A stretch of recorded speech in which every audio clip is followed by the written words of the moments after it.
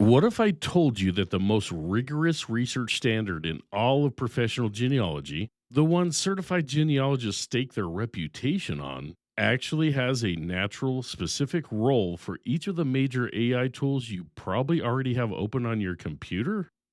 Not a vague AI can help with genealogy kind of role, a specific one. ChatGPT does this, Perplexity does that, Claude does this other thing, and NotebookLM pulls it all together at the end. That's what I figured out sitting in my office after coming home from Roots Tech 2026 with multiple pages of notes and one question nobody had answered for me yet. How do these four AI tools work together, step by step, inside of the Genealogical Proof Standard? Today is the episode where we answer that. We're going to go through all 5 GPS elements one at a time with a real ancestor story running through every step. Copy paste prompts you can use today, all 4 tools on their free tiers. This one might just change how you research. Let's go. Welcome to Ancestors and Algorithms, where family history meets artificial intelligence. I'm your host, Brian, and today we're doing something I've been working toward for 30 episodes. Today is the GPS episode. I know that phrase, the Genealogical Proof Standard, might be making some of you a little nervous. You might be thinking this is about to get very academic, that it's only relevant to people chasing a professional certification, that it's not for someone who just downloaded ChatGPT last Tuesday. I want you to put all of that aside before we even get started. The GPS is not a gatekeeping mechanism. It is a framework for doing research that actually means something. Research where your conclusions hold up. Research where your sources are documented. Research that your grandchildren can actually use someday. And here's the thing I want you to hear. 4 AI tools, all free, make every single step of the GPS more manageable for everyone, from the professional genealogist to the beginner who just got their first DNA kit. Let's dig in. Let me tell you what happened at Roots Tech 2026. Earlier this month, in March, I made the trip to Salt Lake City for my second in-person Roots Tech. And if you've never been, imagine 30,000 genealogists from all over the world filling up a convention center. Australia, the UK, Canada, Japan. People who have dedicated decades to family history research, to methodology, to preserving stories that would otherwise disappear. On the first day, I attended a session from the Coalition for Responsible AI in Genealogy. If you haven't heard of this group, they're worth knowing about. They include some of the most respected names in our field, and they've developed 5 guiding principles for responsible AI use in genealogy: accuracy, disclosure, privacy, education, and compliance. Those principles were everywhere at Roots Tech this year. They've been adopted by the National Genealogical Society and endorsed by organizations across the community. But the conversation that wouldn't leave my head, the one I kept coming back to on my drive home, was around a question I kept hearing at sessions and between sessions and at lunch. How do AI tools and the Genealogical Proof Standard actually work together? I heard broad strokes. I heard philosophical discussion. I didn't hear anyone sit down and map it out, element by element, tool by tool, with the prompts written out. So that is what today is. Let me introduce the GPS for anyone who isn't familiar with it. The Genealogical Proof Standard is a 5-element framework developed by the Board for Certification of Genealogists, which you can find at bcgcertification.org. Here are the 5 elements. Element 1, reasonably exhaustive research. Element 2, complete and accurate source citations. Element 3, thorough analysis and correlation of evidence. Element 4, resolution of conflicting evidence. And element 5, a soundly reasoned, coherently written conclusion. 5 elements. And as I sat with these after Roots Tech, something became very clear to me. Each element has a different AI tool that fits it best. Not because any one tool is always superior, but because each tool has genuine strengths, and matching those strengths to the GPS is how you get results that actually hold up. Before we go any further, I want to address something directly because this podcast values accuracy over everything else. If you are pursuing certification through the Board for Certification of Genealogists, you need to know that BCG has specific guidance about AI and certification portfolios. Their position, issued in 2024 and reaffirmed in the 2025 application guide, is clear. Work submitted in a CG portfolio must be the applicant's work. AI generated analysis and AI generated writing are not acceptable for portfolio submission. Search tools and grammar checkers are genuinely permitted, but the analysis and the writing must be yours. This is not arbitrary. Certifications exist to demonstrate your personal research competence, and an AI cannot do that on your behalf. I mention this not to scare anyone away from AI tools, but because accurate information matters. If you're on a certification path, you deserve to know exactly where the lines are. For everyone else, which is the vast majority of us doing family history research outside of a certification context, AI tools are fully available and, when used responsibly, genuinely powerful for reaching GPS quality research. The GPS doesn't restrict what tools you use. It sets a standard for how credible your conclusions are. And 4 AI tools can help you reach that standard in ways I'm going to show you today. Now, I want us to have a concrete example running through this entire episode. So I'm going to introduce you to an ancestor I'll call Thomas Alvin Whitfield. Thomas is a teaching composite I built from the kinds of situations our community runs into all the time. He was born around 1852, somewhere in Ohio. He shows up in Coshocton County in the 1880 census. He's there again in 1900, and then he disappears. What makes Thomas an interesting teaching example is that his name is spelled 3 different ways across 4 documents, and his father's birthplace changes between 1880 and 1900. The 1880 census says Pennsylvania, the 1900 census says Virginia. Those 2 things cannot both be right. And figuring out why that conflict exists is the kind of problem that the GPS was designed to solve, and that AI tools can help you tackle. Our research question for Thomas today: who were his parents and where was he actually born? One more note before we dive in. Today's 4 tools all have free tiers that work perfectly for everything I'm going to show you. ChatGPT is at chatgpt.com. Perplexity is at perplexity.ai. And if you want to go even further, their Comet browser is a free download that brings Perplexity intelligence right into your web browsing. Claude is at claude.ai. And NotebookLM is at notebooklm.google.com. Not a single paid subscription required for today's techniques. Let's go. The GPS defines element 1 as a thorough search of all sources that might reasonably be expected to provide relevant evidence. The key word is reasonably. This doesn't mean searching every archive in the world.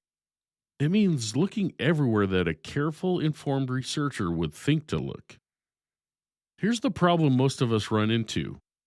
We know the big platforms: Ancestry, FamilySearch, MyHeritage, Find My Past. We know the obvious record types: census, vital records, military. But the gap between what we typically search and what a genuinely exhaustive search looks like can be enormous. County tax records, church membership rolls, local newspaper archives, fraternal organization membership lists, county histories with biographical sketches. How many of those are in your regular workflow? This is where we start with ChatGPT. And if you're relatively new to AI tools, this is a great place to begin because ChatGPT is probably the tool you've heard the most about. Its strength: The thing it genuinely does better than most of its competitors is creative brainstorming and research strategy generation. You give it a situation and it gives you back possibilities you hadn't considered. Here's the first prompt I want you to use today. Take your ancestors' basic information and put it into ChatGPT exactly like this. Quote, I'm researching Thomas Alvin Whitfield, born approximately 1852 in Ohio. I believe he settled in Coshocton County, Ohio around 1875. My research question is, where and when was Thomas born and who were his parents? Please generate 15 research strategies I should pursue, ranging from obvious approaches I may have already tried to creative strategies I might have overlooked. For each strategy, tell me what record type to search, what I might find there, and why it's relevant to my research question, end quote. When I ran this for Thomas, ChatGPT came back with 15 strategies organized across 4 categories. Some were things I'd already tried, but 5 of them I hadn't considered. A county history published in 1881 that included biographical sketches of prominent residents. Ohio tax duplicate records going back to the 1840s. Land entry records in the General Land Office Federal Database. Fraternal Organization Lodge records, specifically the Independent Order of Oddfellows, which was well established in Coshocton County in 1870s. And most interestingly, birth and death records from Ohio townships, separate from the county registrations that some counties kept independently before standardized vital registration. None of those came from my own insights. All of them came from a 30-second conversation with ChatGPT. But now here's the problem, and this is where a lot of researchers stop too soon. ChatGPT told me what to look for. It didn't tell me where those records actually are today, whether they're digitized, or what search strategies work best for finding them.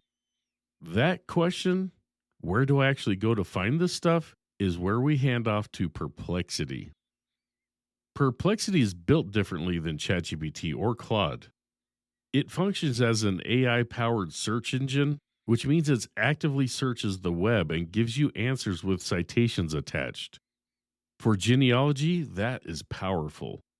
When I ask Perplexity a research question, it comes back with links to actual archives, actual databases, actual finding aids. So after ChatGPT generated my research plan for Thomas, I took the most promising strategies and brought them to Perplexity. I asked, quote, where are Ohio tax duplicate records held, and are any of them available online for Coshocton County in the 1840s through 1870s?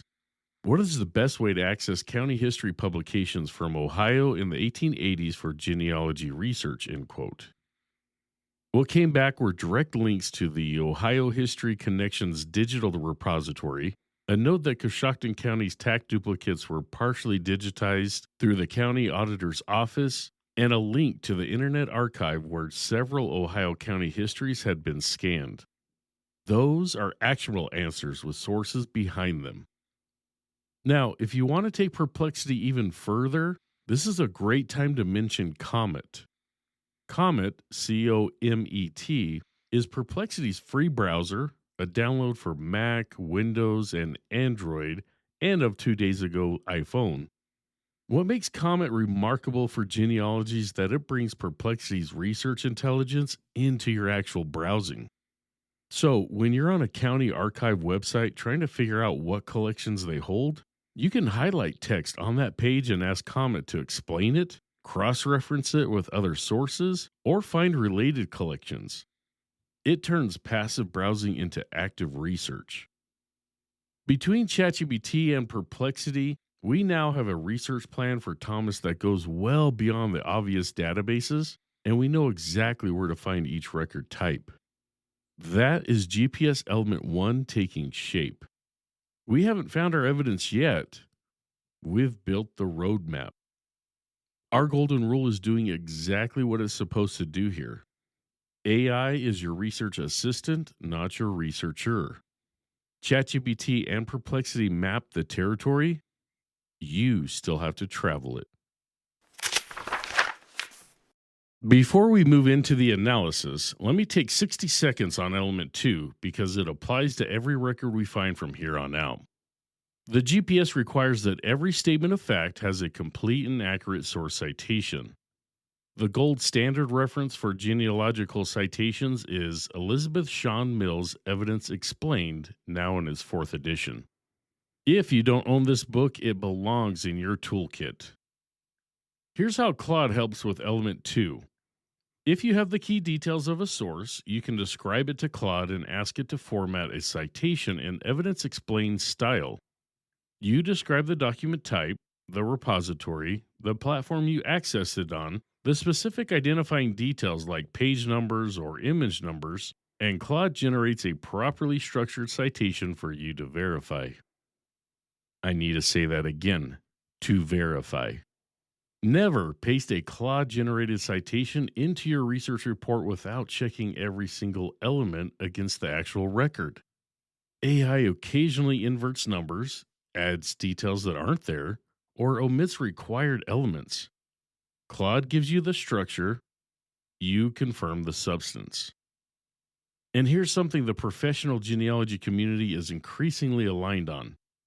When AI assists you with any part of your research process, transparency is the right path. A brief note in your methodology, something like, quote, document analysis and research strategy assisted by AI tools with all source information verified against original records, end quote, is honest and appropriate. It doesn't diminish your work. It makes your process transparent, which is one of the 5 guiding principles from the Coalition for Responsible AI in Genealogy. Now we get to the part of GPS work that most researchers find the most challenging. And this is where Claude becomes the most important tool in today's workflow. Let me tell you where we are with Thomas. After following the research plan from ChatGPT and using Perplexity to locate the records, I found him in the 1880 census listed as T.O.S. Whitfield, age 28, birthplace Ohio, father's birthplace Pennsylvania. I found him in the 1900 census as Thomas Whitfield, age 49, birthplace Ohio, father's birthplace Virginia. And I found an 1887 land deed in Coshocton County naming T.A. Whitfield, formerly of Licking County.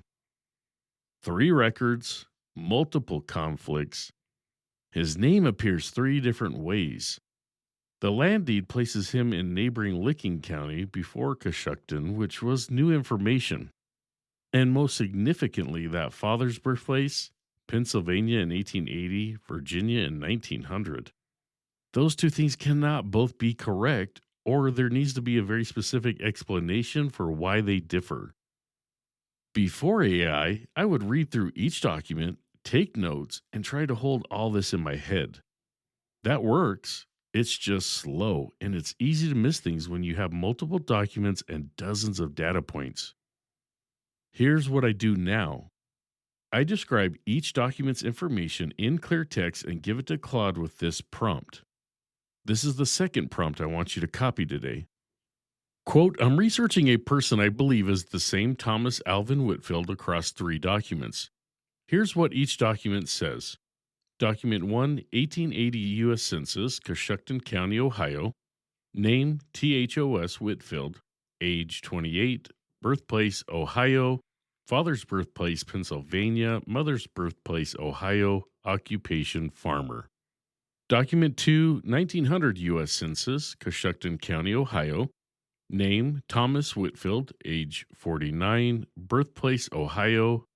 Father's birthplace, Virginia. Mother's birthplace, Ohio. Wife, Martha.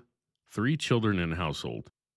Document 3, 1887 land deed, Coshocton County, Ohio. Document references T.A. Whitfield, formerly of Licking County, as a grantor. Please create a comparison table showing what each document says about full name, age or calculated birth year, birthplace, father's birthplace, mother's birthplace, county of residence, and any other notable details. Then identify every discrepancy between the documents. For each discrepancy, suggest at least 2 specific explanations I should investigate, end quote. What Claude produces is a clean, organized comparison table in about 15 seconds. It catches the discrepancies I already saw, and it flagged one I had half noticed but not fully thought through. The calculated birth year from the 1880 census, 1852, and from the 1900 census, 1851, differ by 1 year. That single year gap is common in census records and often means nothing. But Claude flagged it because it might indicate the 1900 informant was someone other than Thomas himself, which matters when we're evaluating how reliable that informant was about Thomas's father's birthplace. For the Pennsylvania Virginia conflict, Claude suggested three possible explanations. First, the informants for the two census entries were different people with different knowledge. Thomas himself in 1880 and possibly his wife Martha in 1900, who may not have known her father in law's exact birthplace. Second, parts of what was Virginia before 1863 became West Virginia after the Civil War, and a father born in the border region might have his birthplace recorded either way depending on who answered and when. Third, a census enumerator mishearing what was said. Now, do any of these prove anything? No. They're research directions. And that is exactly what AI should do in GPS Element 3. Help you see what needs investigation, not decide what the answer is. Here's where our story takes a turn and where Perplexity comes back in for something it does better than any other tool in today's workflow. That second explanation Claude raised about the Virginia-West Virginia boundary needs historical context. I needed to know whether this was actually plausible, whether there were counties in that border region where this kind of confusion could genuinely arise. And I needed that answer with actual historical sources behind it, not just AI confidence. So I went back to Perplexity and asked, quote, when did West Virginia become a state, and which counties in the Virginia-West Virginia border region were more commonly recorded inconsistently in genealogical records after 1863? What does genealogical guidance say about interpreting Virginia versus West Virginia birthplace listings and post-Civil War census records? End quote. What Perplexity came back with stopped me cold. It confirmed that West Virginia was admitted to the Union on June 20th, 1863, carved from Virginia's northwestern counties. It cited a specific genealogical guidance resource pointing out that the individuals born before 1863 in what became West Virginia would legitimately have two different correct answers for their birthplaces, depending on how the question was framed. A father born in, say, Doddridge County before 1863 could truthfully say Virginia for where he was born, and by 1900, that same county was firmly established as West Virginia. Family members who grew up after 1863 might not even know the nuance, and a census enumerator recording from memory what a daughter-in-law said could easily write Virginia, when the more precise modern answer would have been West Virginia. And Perplexity gave me the sources. A link to the West Virginia Encyclopedia on the statehood question. A link to a GenWeb guidance page on interpreting Virginia versus West Virginia records. Actual citations, not just confident assertions. That is the GPS in action. Not one tool, a workflow.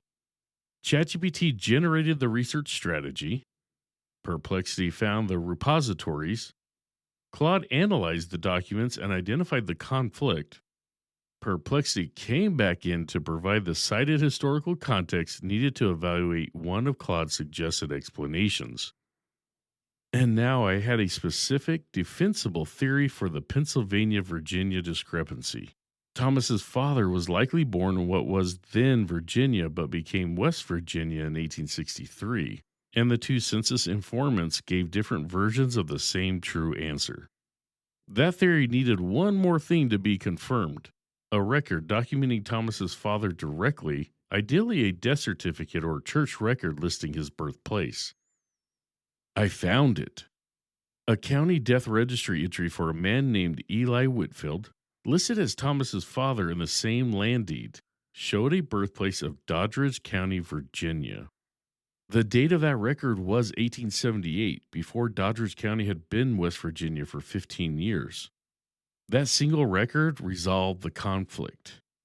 Eli Whitfield was born in what was Virginia, died in what was Ohio, and his birthplace was recorded by two different people 22 years apart using two different correct answers for the same county. GPS Element 4, Resolution of Conflicting Evidence, complete. But I want to be very clear about who resolved that conflict. I did. Claude gave me the framework for thinking about it. Perplexity gave me the historical context and the sources. But the judgment call, deciding which explanation was more credible and what additional information would confirm it, that was mine. The GPS requires your judgment. These tools sharpen it. They don't replace it. That's our golden rule in action at every step. Let me tell you something about Element 5 that surprised me when I started working with NotebookLM. The GPS requires that your conclusion be soundly reasoned, meaning the logic follows from the evidence, and coherently written, meaning it's organized, clear, and documented in a way another researcher could follow and evaluate. This is where genealogy research becomes genealogical writing. And it is the step that most family historians, including me for most of my career, never actually take. We do the research, we accumulate the documents, and then we move on to the next ancestor without ever sitting down and writing out what we actually concluded and why. That's a real problem. Not because someone is grading us, but because if you haven't written it down, you haven't really finished the proof. And if something happens to you, or if you walk away from the research for 2 years and come back, all of that analysis lives only in your head. It doesn't serve your family. It doesn't serve future researchers. It disappears.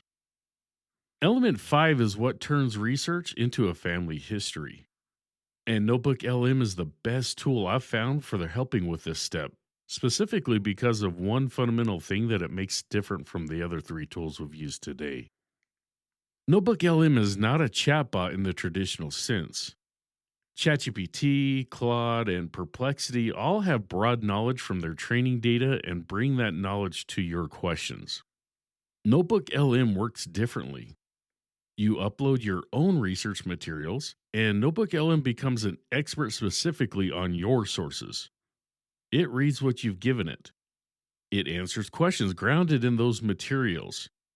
And because it stays grounded in your actual uploads, it almost never invents information that isn't in your sources.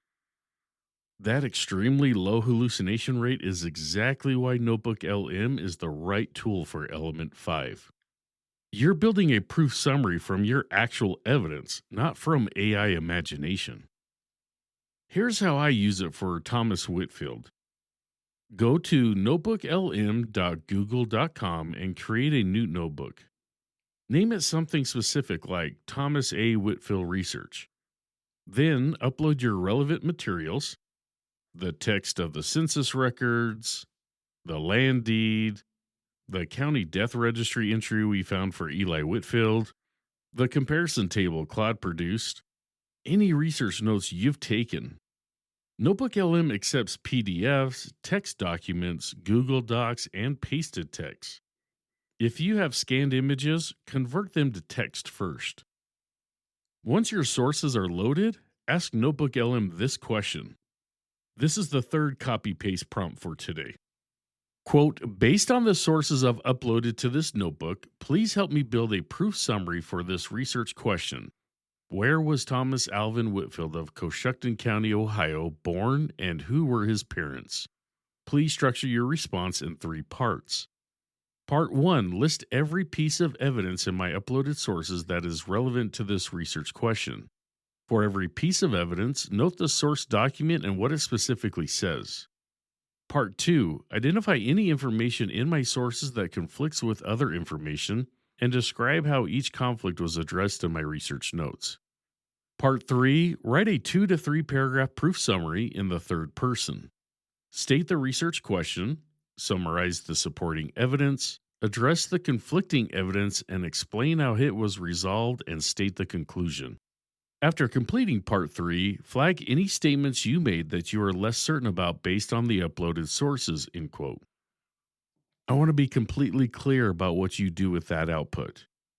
NotebookLM's draft proof summary is a starting point, not a finished document. Every statement needs your critical eye. Does this accurately represent the record? Does the conclusion actually follow from the evidence? Is every source it cited actually saying what it claims? The blank page problem is real. Most of us know roughly what we want to say in a proof summary. We just don't know how to start. NotebookLM gives you something to react to, something to shape into your own written conclusion. The writing is still yours. The reasoning is still yours.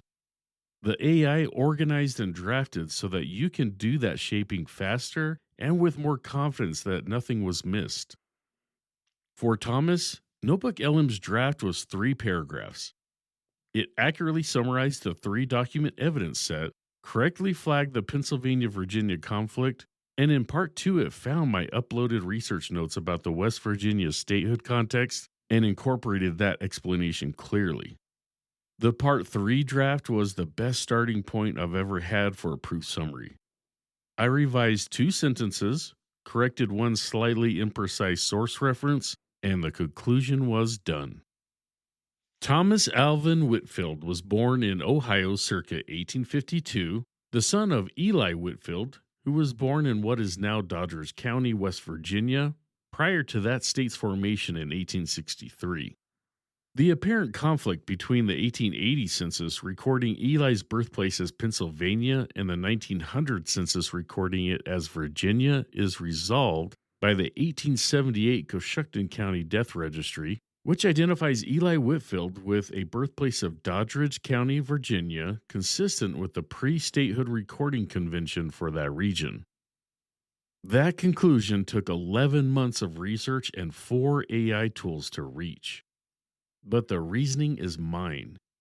The verification is mine.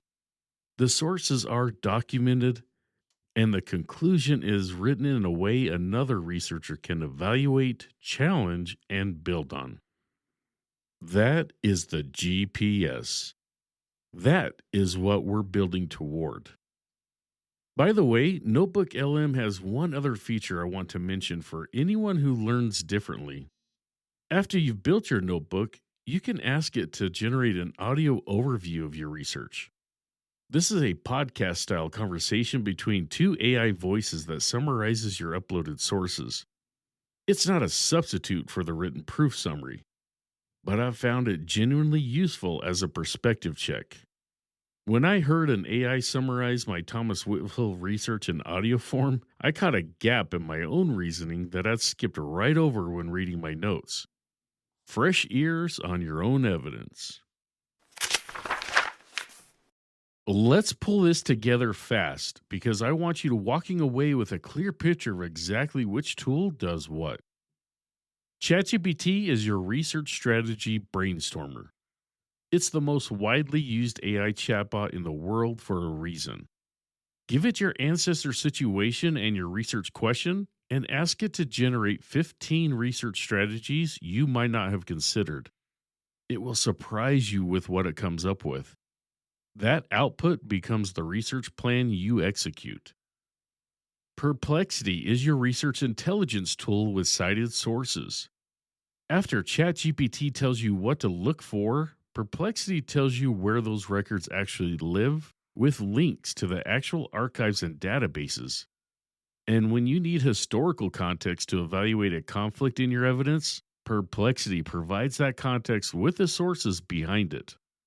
If you want to go deeper, Comet is Perplexity's free browser, available as a download that brings the same intelligence into your actual web browsing, so you can highlight text on an archive website and get instant research context. Claude is your document detective. Once you have records in hand, Claude does the analytical heavy lifting. The comparison table approach I showed you today, Describing each document in text and asking Claude to identify every discrepancy and suggest explanations is one of the most practical techniques in this entire episode. Use it every time you have multiple documents about the same ancestor. And NotebookLM is your written conclusion partner. Upload everything you've gathered. Ask it to draft a proof summary grounded in your sources, and then revise that draft in your own voice. The blank page problem goes away. All 4 tools, all 5 GPS elements, all on free tiers. Here's your homework for this week. Pick one ancestor where you have at least 3 documents that don't quite agree with each other. Open Claude on the free tier. Run the comparison table prompt I gave you today, describing what each document says. Then take one of the discrepancy Claude identifies and take it to Perplexity. Ask Perplexity for the historical context that might explain it. Write 2 sentences in your own words explaining what you found and why you believe one source over another. That right there, running the comparison and writing your own explanation, is GPS elements 3 and 4 in action. And it took 20 minutes. If you want to go further this week, open a fresh ChatGPT conversation and ask it for 15 research strategies on your biggest brick wall ancestor. Then bring the most interesting strategy to Perplexity and see where the records actually live. And then come share what you found. Head over to AncestorsandAI.com. You'll find a direct link to our private Facebook community right there on the homepage. Post your experience. Tell us what discrepancies Claude caught that you'd missed. Tell us what Perplexity found that sent you in a completely new direction. This community is how all of us get better together. Thank you so much for listening to Ancestors and Algorithms. If this episode helped you see the GPS or any one of these 4 tools a little differently, please leave a review wherever you listen to podcasts. And if you know a fellow genealogist or family history researcher who has been intimidated by professional standards, share this episode with them today. This is the kind of content that can change how someone approaches their research entirely. That's the best way you can help our community grow. Now, if you want to go deeper into GPS-aligned AI workflows, I've put together a companion guide for this episode at AncestorsandAI.com. It includes 12 advanced prompts covering all 4 tools in depth, advanced ChatGPT research strategy techniques, Perplexity workflows for locating obscure repositories, Claude multi-document analysis at a more sophisticated level, and a complete NotebookLM proof argument pipeline from research log to finished document. Everything in today's free episode gives you a complete and actionable toolkit. The companion guide is for researchers who want to go further. For everything else, including every episode, our private community, and the research lab, head over to AncestorsandAI.com. One stop for everything. Next week, we're heading to the Kansas homestead records of the 1870s for a case study about a land claim that appears to have simply vanished from a family's history. I'm going to show you how Perplexity and Claude working together unlocked a 50-year mystery in an afternoon. You won't want to miss that one. I'm your host, Brian, and I will see you next week for another journey into the past, powered by the future. Until then, happy researching.